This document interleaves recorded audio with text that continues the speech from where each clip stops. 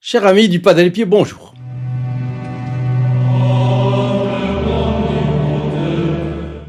Avec la liturgie de l'Église, nous fêtons aujourd'hui Saint Bernard de Clairvaux. Et comme nous parlons habituellement ici du Pas des Pieux, nous allons spécialement parler des deux, Saint Bernard, Saint Pio. Et avec ferveur, puisque les deux ont été des personnages fervents et vigoureux. J'en profite pour remercier tous ceux qui rendent possible la vie de cette chaîne, en particulier les protégés du Pas des Pieux, pour lesquels en priorité sont célébrées de nombreuses messes, plus de 54 messes dans l'année. Et pour ceux qui découvrent notre œuvre, je vous suggère de vous abonner, c'est gratuit, mais ainsi vous ne perdrez plus les récits passionnants des anecdotes de la vie du Padre Pio, ou plutôt les récits des anecdotes passionnantes de la vie du Padre Pio, le saint le plus extraordinaire du XXe siècle, doté de bilocation, de discernement des esprits et tout le reste, dont des miracles. Saint Bernard donc. Né en 1090, il a 18 ans en 1108 quand il entre au monastère de Cîteaux, fondé par saint Robert de Molesme, et il y entre avec 30 jeunes amis. Voyez la capacité de faire de l'apostolat. Un moins jeune les rejoindra son père, veuf, avec 2 de ses frères. À partir de 1113, l'abbaye fait de nouvelles fondations, dont une par saint Bernard, qui s'y établira, ce sera Claravall, c'est-à-dire Clairvaux. Pendant une période, on ne mangeait que du pain noir et une soupe de feuilles de hêtre. Point final. Un jour, plus aucune ressource. Saint Bernard invite tout le monde à prier la Bienheureuse Vierge. Et peu après, une femme se présente en leur offrant exactement ce dont ils avaient besoin. Somme que cette femme apportait parce que son mari était mourant et qu'elle voulait faire un sacrifice pour lui. Lorsqu'elle est rentrée chez elle, elle a trouvé son mari guéri. Alors vous avez relevé d'emblée, comme moi, 4 ou 5 points communs avec le Padre Pio. Il est moine, il entre très tôt en religion, il est austère, il a une immense confiance en l'aide de Notre-Dame. Et il y en a un autre, il multiplie les miracles. Et c'est un fait que Bernard fera de très nombreux miracles et sera reconnu comme thaumaturge, à l'instar de notre bon Padre Pio. Thaumaturge, c'est-à-dire qui fait des miracles. C'était aussi, comme le Padre Pio, une âme de feu, pleine d'ardeur. C'était un fervent. Et tous deux ont réalisé de grandes conversions à cause de ça, ainsi que des œuvres de grande ampleur. Les confessions, la Casa Sollievo della Sofferenza pour Padre Pio, des traités, des opuscules, des homélies étudiés jusqu'à aujourd'hui avec profit pour Saint Bernard. Les deux étaient des apôtres. Bernard était un mélange de douceur, de tendresse et de passion, de fougue et de sensibilité. Vous voyez là encore des analogies avec notre grand capucin qui avait de la fougue lui aussi. Et c'est ainsi qu'ils ont ramené une multitude de pécheurs des voies où ils s'étaient égarés. Enfin, Bernard et Pio sont de grands maîtres de la spiritualité. Bernard de Clairvaux et la dévotion à Marie ne font qu'un. Et je dirais que le Padre Pio et la dévotion à Marie aussi. À l'entrée du domaine de Trefontane, près de Rome, où l'apôtre Saint Paul a été martyrisé et où Bernard a fondé un monastère de cisterciens, se trouvait une statue de la Sainte Vierge que Bernard saluait à chacun de ses passages de 2 mots. Ave Maria, c'est-à-dire je vous salue, Ave, je vous salue, Maria, Marie. Et une petite inclinaison, ou une révérence si vous voulez. Et un jour la Vierge lui a répondu par un Ave Bernarde, salut Bernard. N'est-ce pas charmant ça? Eh bien, on raconte aussi qu'un jour, il est passé devant la statue en discutant avec quelqu'un. Était-ce de philosophie, de théologie, bon. Et il aurait omis son salut habituel.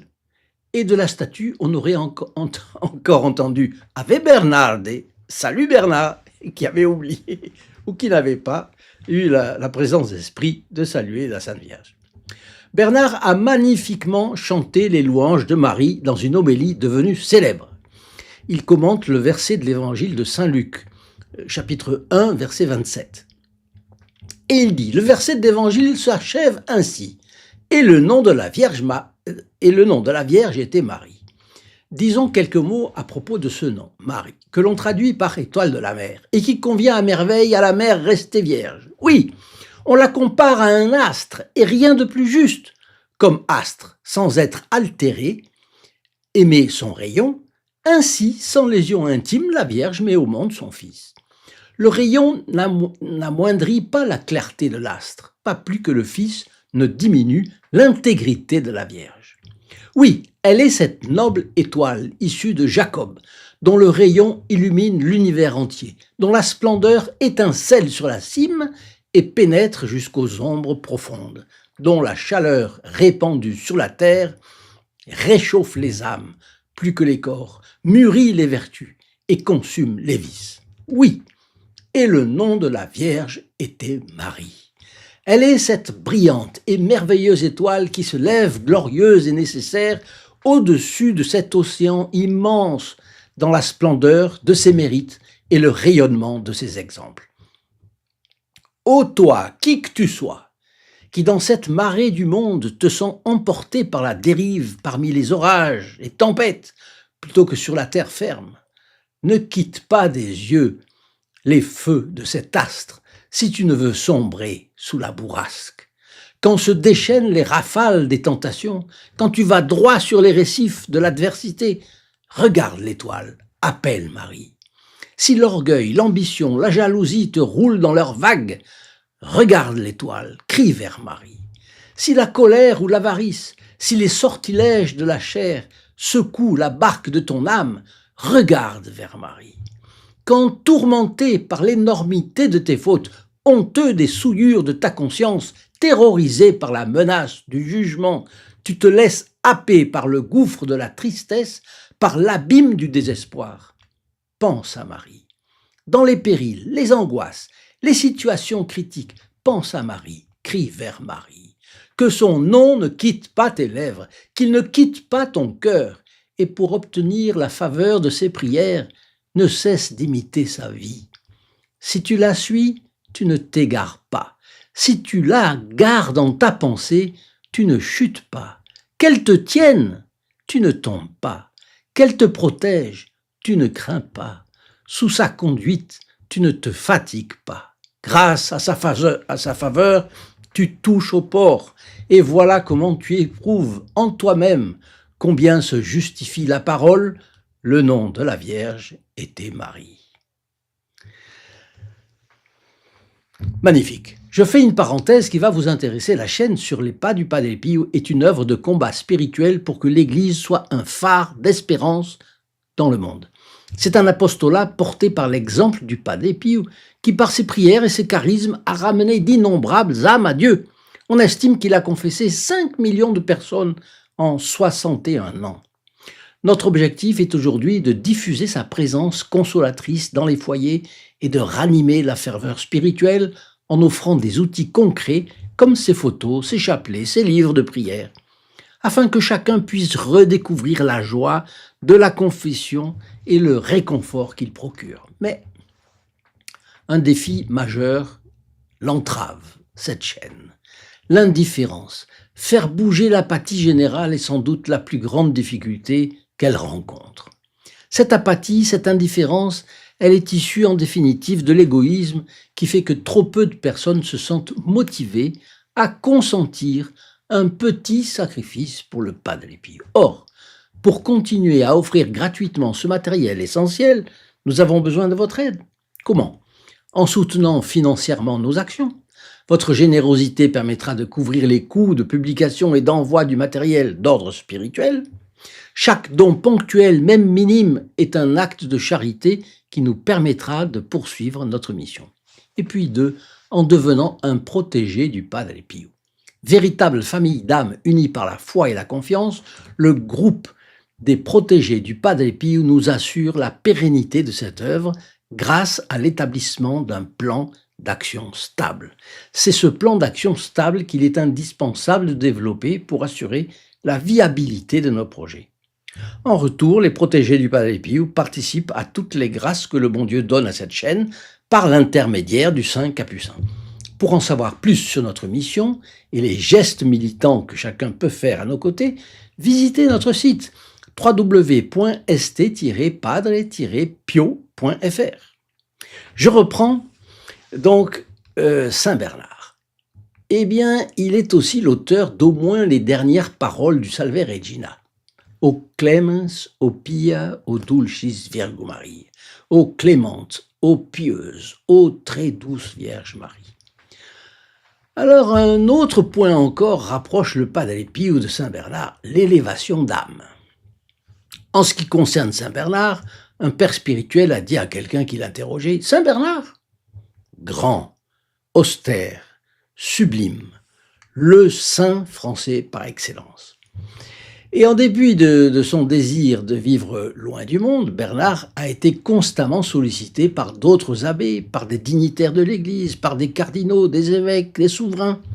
Il lui a fallu sillonner les routes d'Europe, tant et si bien qu'il a été combattu par tout ce que l'époque comptait d'hérétiques, de rois pas bons, mauvais, des seigneurs et une partie du clergé. Des abbés de monastères, par exemple, qui nourrissaient des idées farfelues sur la Sainte Trinité, sur la foi, etc. Des ecclésiastiques favorables à l'hérésie, y compris des évêques. Eh bien, Bernard tenait le siège de Saint-Pierre en grande vénération, tout au contraire. Et un jour, en 1145, un religieux cistercien, son disciple, a été élu pape sous le nom de Eugène III, et Bernard lui prodiguera de nombreux conseils. Saint Bernard ira aussi jusqu'à corriger des erreurs chez les souverains pontifes ou les princes, quand il jugera cela nécessaire, mais il tempérera toujours ses conseils et sa vivacité naturelle par beaucoup d'humilité.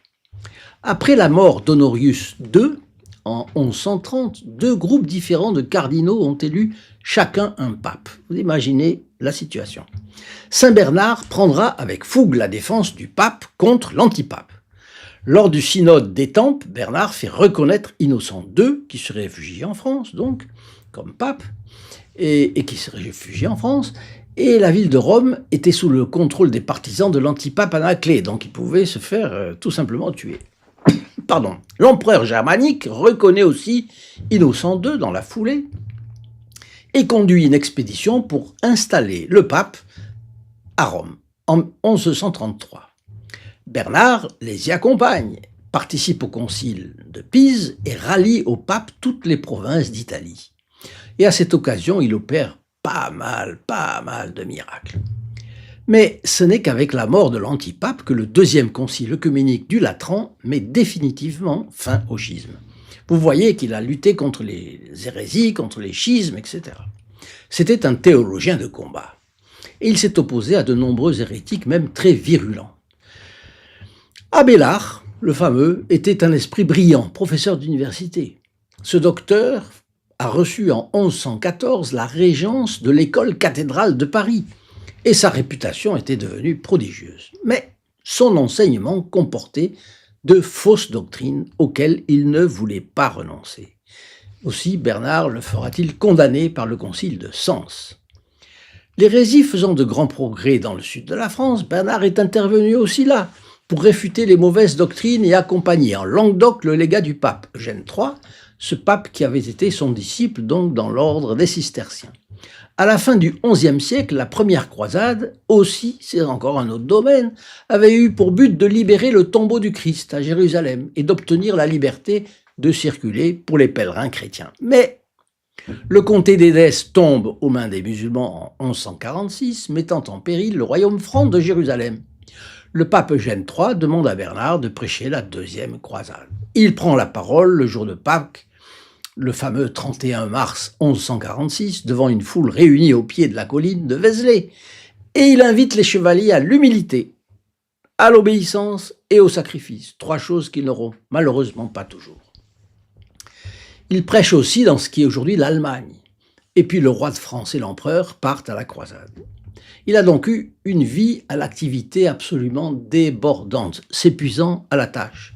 Il rend son âme à Dieu à l'âge de 63 ans, le 20 août 1153, et il est canonisé 20 ans après. Il sera déclaré docteur de l'Église. Vous comprenez pourquoi on l'a appelé la conscience de l'Occident. Le pape Pie XII dira de Saint Bernard que sa manière d'écrire vive, brillante, coulante, nuancée par l'éclat des sentences, répand tant de suavité et de douceur qu'elle attire, charme et élève l'esprit du lecteur. Elle excite la piété, la nourrit et la façonne. Elle pousse l'intelligence à poursuivre non les biens caducs et passagers, mais ceux qui sont vrais, sûrs et qui demeurent. Je vous mets bien sûr les sources de tout cela en description. L'encyclique s'appelle Doctor Mellifluus, le docteur Melliflu. Melliflu, c'est-à-dire celui dont découle le miel. Alors terminons avec le plus sublime que je vous ai trouvé aujourd'hui. Ils ont eu tous deux une dévotion très particulière à la plaie cachée du Christ, la plaie de l'épaule, la plaie causée par le poids de la croix au cours de la Passion. Dans les Annales de Clairvaux, saint Bernard raconte qu'un jour, priant Jésus, il lui demanda quelle avait été sa pire souffrance, restée inconnue des hommes. Et notre Seigneur a répondu « J'ai eu, en portant la croix, une plaie profonde, qui m'a occasionné plus de douleur que les autres et qui n'est pas connue. Mais révèle-la aux fidèles chrétiens et sache que toute grâce qui me sera demandée en vertu de cette plaie leur sera accordée. Et à tous ceux qui par amour pour elle m'honoreront, je pardonnerai les péchés véniels et ne me souviendrai plus des mortels. » Je crois que vous serez comme moi, vous aurez envie d'avoir, bien entendu, la dévotion à cette plaie de notre Seigneur. En 2008, l'auteur américain Frank Rega a écrit à propos de Padre Pio que celui-ci avait confié au moine Modestino Fucci que c'est en enlevant son maillot de corps qu'il souffrait le plus. Frère Modestine pensait que c'était à cause de sa plaie au flanc, au milieu mais plutôt à gauche, comme le montrent les dessins publiés par le docteur Festa. Et le 4 février 1974, chargé de faire l'inventaire de tout ce que contenait encore la cellule du moine, défunt, le Padre Pio, le frère Modestine a découvert le maillot de corps du Padre Pio et celui-ci comportait des taches de sang au niveau de l'épaule droite. Dans sa prière du soir, frère Modestine a demandé au Padre Pio de lui expliquer le sens de ces taches de sang et de lui envoyer un signe s'il avait véritablement porté la plaie de l'épaule du Christ. Il s'est couché. Mais il a été réveillé par une douleur atroce à l'épaule droite, comme si un couteau l'avait profondément entaillé dans les os. Si les douleurs avaient persisté, il en serait mort, a-t-il dit, mais elle s'est arrêtée tout de suite.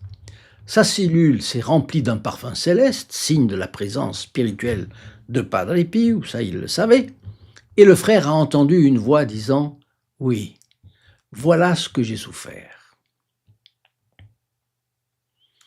Saint Bernard de Clairvaux, après avoir reçu le message de Jésus, a souhaité consacrer par une prière sa dévotion à la sainte plaie de l'épaule du Christ.